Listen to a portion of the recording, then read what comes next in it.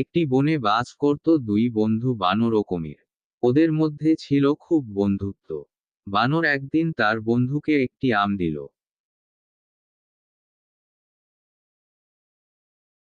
ধন্যবাদ বন্ধু তোমায়। আমটি আমি আমার বউকে উপহার দেব।